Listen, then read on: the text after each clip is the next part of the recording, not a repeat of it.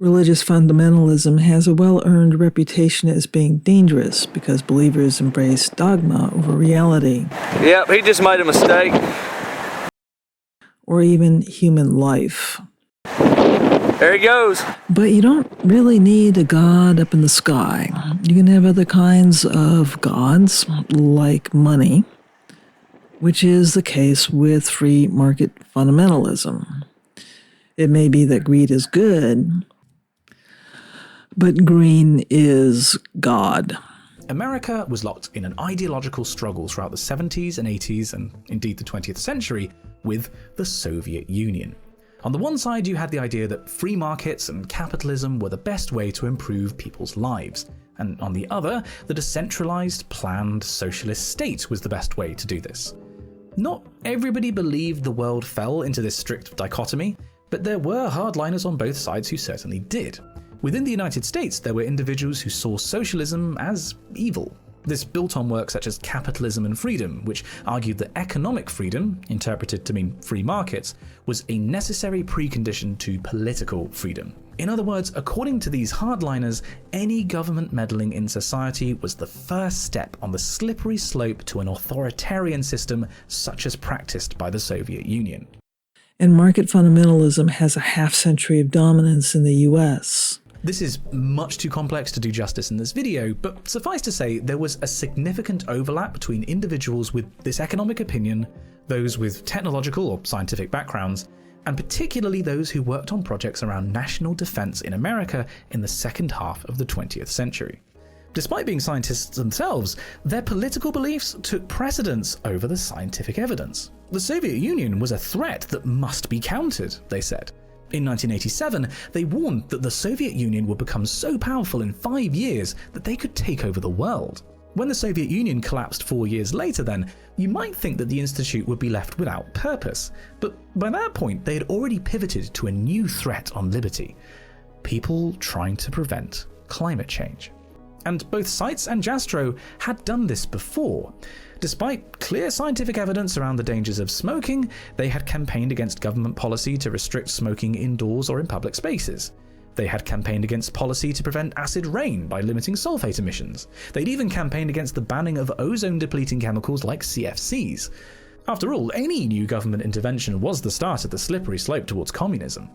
In each case, the playbook was the same: discredit the science, disseminate false information, spread confusion, and above all, promote doubt.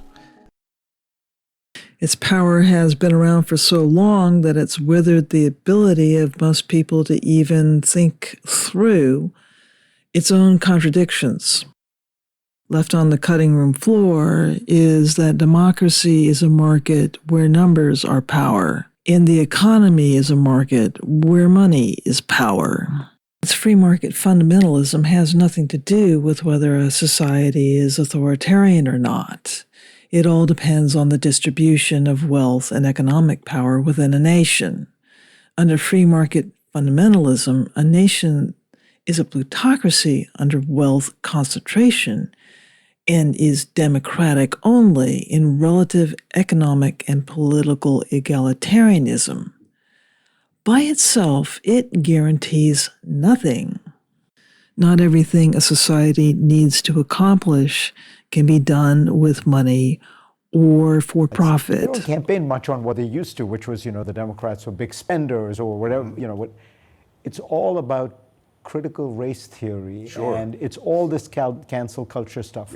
You basically are running on government is broken, and then when you get in office, you have to be terrible to prove the original premise. Like, it must be great to be able to do that. This government doesn't work, and by me not funding it and breaking it, see what I told you? Keep me in power. If you don't have ideas on governing, what do? Well, you do the purposeful distortion field that they create. And in denying society its ability to organize and take action outside of the profit motive, free market fundamentalists are denying people the right to secure their own life, liberty, and happiness. Of Tim Burchett talking about drag queens. Watch how fired up he gets. Watch how fired up he gets when he thinks about a child being around a drag queen, and dadgummit, we're not going to allow it here in the state of Tennessee. Yeah, he really said it that way. Watch this clip, and then I'm going to show you a clip of how he reacted to the school shootings. A grown man dressed up like a woman should not be rubbing his crotch in front of a little child. So dadgummit, when it comes to drag queens, we can definitely do something about the children. But now watch what Tim Burchett has to say about school shootings and what we can do to fix it. According to Tim Burchett, there's nothing we can do. 3 precious little kids lost their lives, and I believe 3 adults, I believe it is. And the shooter, of course, lost their life too. So it's a horrible, horrible situation. And we're not going to fix it. Criminals are going to be criminals.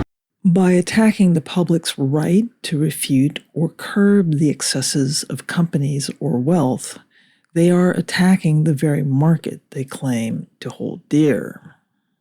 Government legitimacy comes from securing life, liberty, and property. If a government refuses to do so, then the whole point is entirely moot. Children end up dead in schools. They ask the people of a nation to cede all their agency and sovereignty to wealth in the name of liberty, asking a people to submit to totalitarian rule by wealth. So this is what you get when you work from ideology. Reality is made to fit ideology, and logic goes straight out the door. It will even override the instinct to survive. This ideology has worked itself so deeply into the conservative mindset that they can't even recognize moral imperatives, such as preserving the lives of children, or millions of people from disease, or even hundreds of millions, if not billions of people from climatic disaster, which is basically going to end the very economic order they think they're preserving. So good job, guys. Ideology trumps reality completely. And social conservatives have made their bargain. They've got their 20 pieces of silver, and they're allowed to go out and target whomever they choose to in exchange for letting wealth do whatever they want. Meanwhile, in France, market fundamentalist Macron has rammed through changes in the pension system that 90% of the population rejects. You may have heard the people are a little salty about it. The French chose to tax themselves heavily for their pension system and enjoy the last decades of their life in a certain way. And Macron has decided to reject this choice. It would be a great tragedy if France fell to totalitarianism, now wouldn't it? And last week, he took things a step further by using a constitutional technicality known as Article 49.3 to force his reforms through the National Assembly without a vote.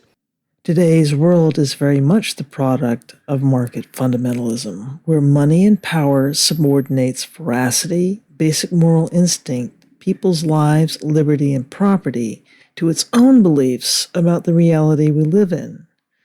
Ultimately, it will result in global genocide. Your house is burning to the ground, the situation's dire. Your house has already burned to the ground. The situation's over. So what can we do to reverse this? Well, there's a lot we could do. Good. If it were 20 years ago or even 10 years ago, but now, no. Can you make an analogy that might help us understand? Sure. It's as if you're sitting in your car, in your garage, with the engine running and the door closed, and you've slipped into unconsciousness, and that's it. I got a neighbor, and right now, he's puking blood, because he works right there in the main part of it. People are going back to work because they have to. They need that money. Not like these big boys in North Fork. They're sitting behind a desk or sitting at home, kicked back in their chair, enjoying themselves. Because they got money coming in. Do they care about us? No, they don't even care about their own employees. It's a horrible, horrible situation. And we're not going to fix it. UCLA geographer Jared Diamond, author of an economic crisis book for the ages, Collapse: How Societies Choose to Fail or Succeed. Of all the cultures you've studied that have tried to deal with severe economic dislocations, what's the marker of resiliency? It seems to me that one of the predictors of a happy versus an unhappy outcome has to do with the role of the elite or the decision makers or the politicians or the rich people within the society. If the society is structured so that the decision makers themselves suffer from the consequences of their decisions, then they're motivated to make decisions that are good for the whole society. Whereas if the decision makers can make decisions that insulate themselves from the rest of society, then they're likely to make decisions that are bad for the rest of society.